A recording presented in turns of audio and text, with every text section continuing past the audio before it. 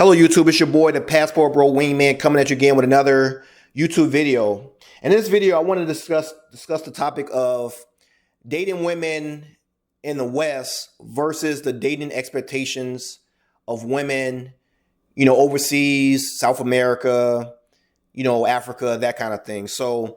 And the way this video came about was, I believe there was a video in which I saw a guy discussing how now in America, there actually are some women who, before you even go on a date with them, they want you to send them a deposit to help pay for the dinner before you even go.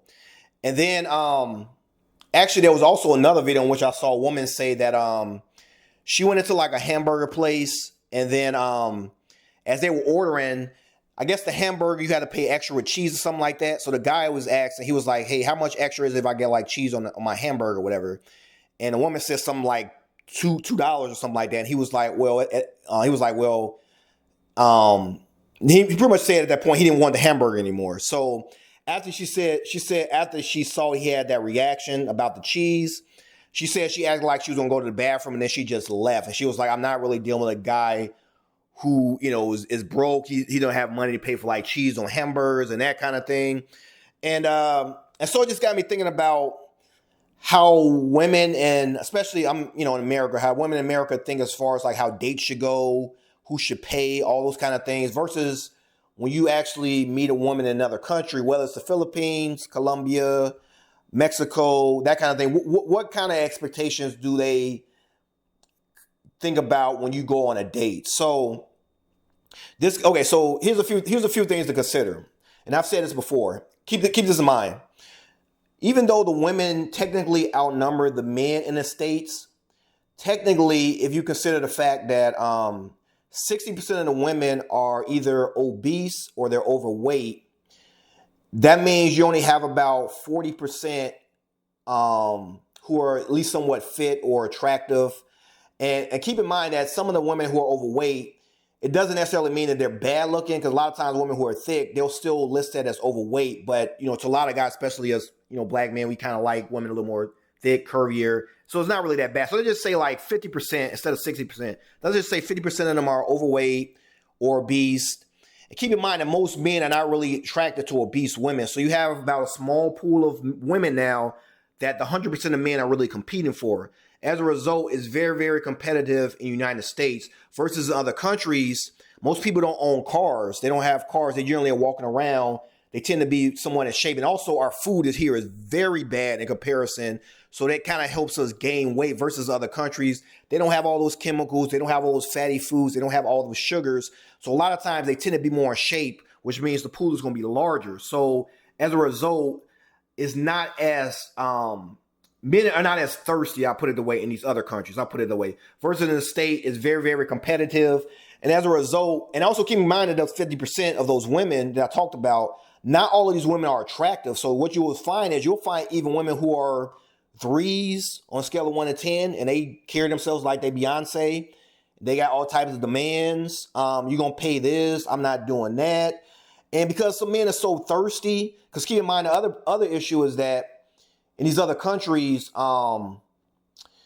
things such as escorts, sugar babies, they're illegal in those countries as well. So you have guys who literally, versus in the state, all this is illegal. So a lot of times guys, in order to really participate and have any type of sexual contact, they have to actually go out to clubs and pick up women and do that kind of thing. Not that I'm endorsing that or saying that's a good thing, bad thing. I'm just stating how the structure is in America versus other countries. So either way, as you can see, it's very, very competitive in the States.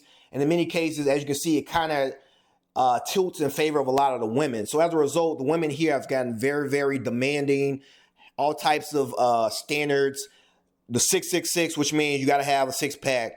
Your thing got to be, and then also you got to have six figures, that kind of thing. And even when you do meet this, still very, very harsh, that kind of thing. So that being said, in other countries, because it's not as competitive, men don't have to compete as much. And also keep in mind that most men in these countries, the average income is only about $250, I believe, in Colombia. So most men in general don't have money like that to begin with. So you have a culture of women who are dealing with men who in general don't have thousands upon thousands of dollars. So when they go on dates, they tend to be very thrifty.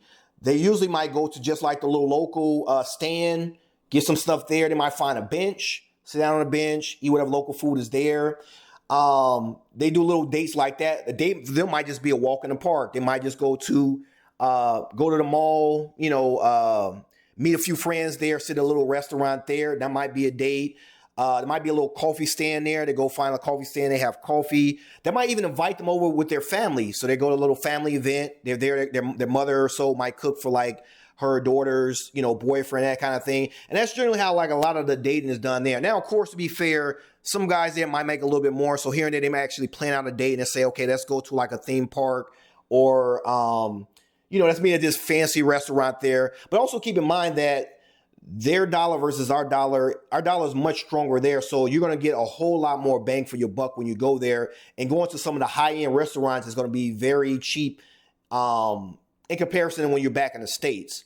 So that being said, women in these countries, they're accustomed to, kind of like dates on the fly or dates that are a little bit more like thrifty and that kind of thing. They don't mind. And also keep in mind that it's kind of a luxury there as well because, as I said, the economies are not very strong. Most people have to eat at home. So when a guy does take them out, even if it's to like a little local spot, they're still appreciative. And that's still a nice outgoing for them. They'll even invite friends and that kind of thing. So they're kind of accustomed to that. So that's why when you go down there and you actually take them out on a date to like a nice fancy restaurant, they're very impressed. They're very happy to go with you.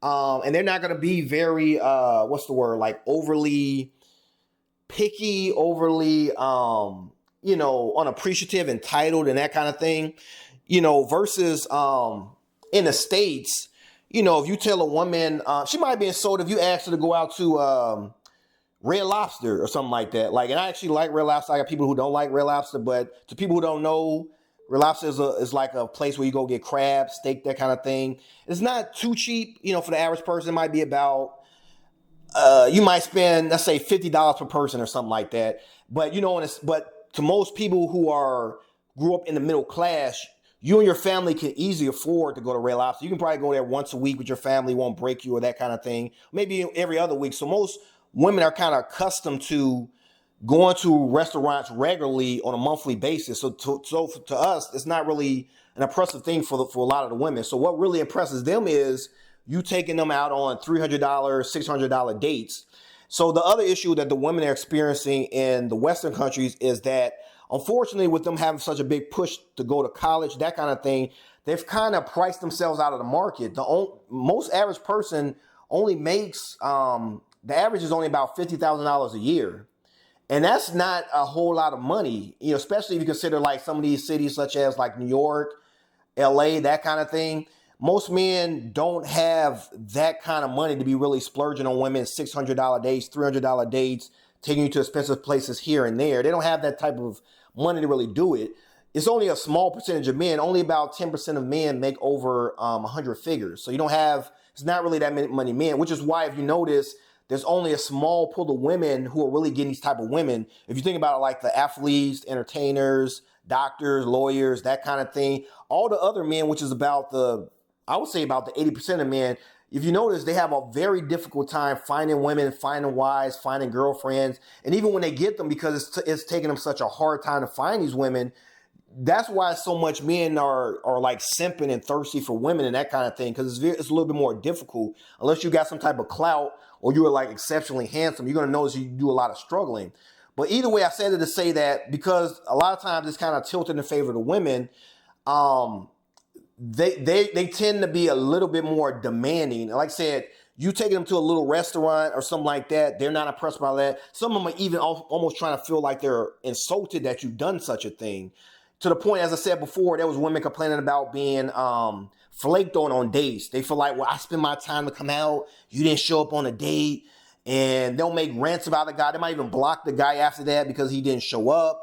And now it's get to the point where women are saying, before you even go out, I need you to send me a deposit to make sure you're going to go out because they value their time that much. It's just very bad. And as I said before, what they're not realizing is that most men are not making the kind of money that they want to make. That's the first thing. On top of that, only 15% of men are over 6 feet tall. So by them saying only dating a guy who's over 6 feet tall, they didn't got rid of about 85% of the men by doing that. Also, keep in mind, as I said before, it's not that many women are getting married. They're just not aware of that. They don't become aware of that until they reach about the age of 30, 35, and men are not really checking for them. Then they start to see that it's such a struggle to find a man who wants to settle down with them, especially a man who has means, regardless if he's attractive or tall or that kind of thing. So I say that, I know I've kind of went on like a little tangent, but I say that to set it up to say this. Um, you in my personal opinion, this is why men have did things like they'll say, okay, because even when you do spend a $300, $600, that doesn't guarantee that the woman is going to become your girlfriend. And since men only making like $50,000, why would I keep paying $600 dates just for a woman to say, you know what, you're not my type, or she's secretly dating other men? So what men have done to be hip to this is said, okay, we're gonna do 50-50 dates. You pay your portion, I pay my portion. Or they just say, let's go on a coffee date. And women, of course, they say these men are broke. I don't want to deal with these type of men. These are not the type of men I want to deal for. But what they're doing is they're pushing away the men, which is why the passport bro movement has really taken off, because men are just saying it's almost like I'm not gonna say it's impossible. It's like it's such a small success rate in comparison. If you just literally go across the border, you go to Mexico, you go to Colombia, women are very appreciative for you to take them out on dates. They don't have all these standards. You don't even have to do the 50-50 because your dollar goes so far there. It's just much, much easier. So I'm going to end it on that. I kind of went on a tangent, but overall, unfortunately, it's not until it's too late that a lot of women feel like going to realize that they're missing out on a lot of good men. They're going to lose these men to a lot of former women. And I don't know what it's going to take to bring them back to reality and to come out of this delusional mindset and to really appreciate men in general. Because as we stated before, men who's flying to the Philippines, $1,000 trip, hotels, $50 a night, that kind of thing. These men are not cheap. So they're losing a lot of these men, and just because they don't have the certain look, certain height, they don't have a certain amount of swag. They talked about Michael B. Jordan calling him corny, even though he's a millionaire. But because he doesn't have a certain type of swag, they're easily dismissing these men because they feel like they have so many options, because they're looking at all these simps and these guys thirsting on them because it's such like a small pool of women that men are looking for. But the problem is the men who are looking for these women, the women are either price themselves out or they kind of don't care for these men. So I'm going to end it on that and just say, you guys tell me what you think. Tell me what you think. Do you think it's easier to date in the West, or is it easier to date overseas? Which would you prefer, or how do you date in the West? Give me some comments. Subscribe to my channel if you have not. Hit the thumbs up bell, hit the notification bell. And until next time, this is your boy, the Passport Bro Wingman, signing off.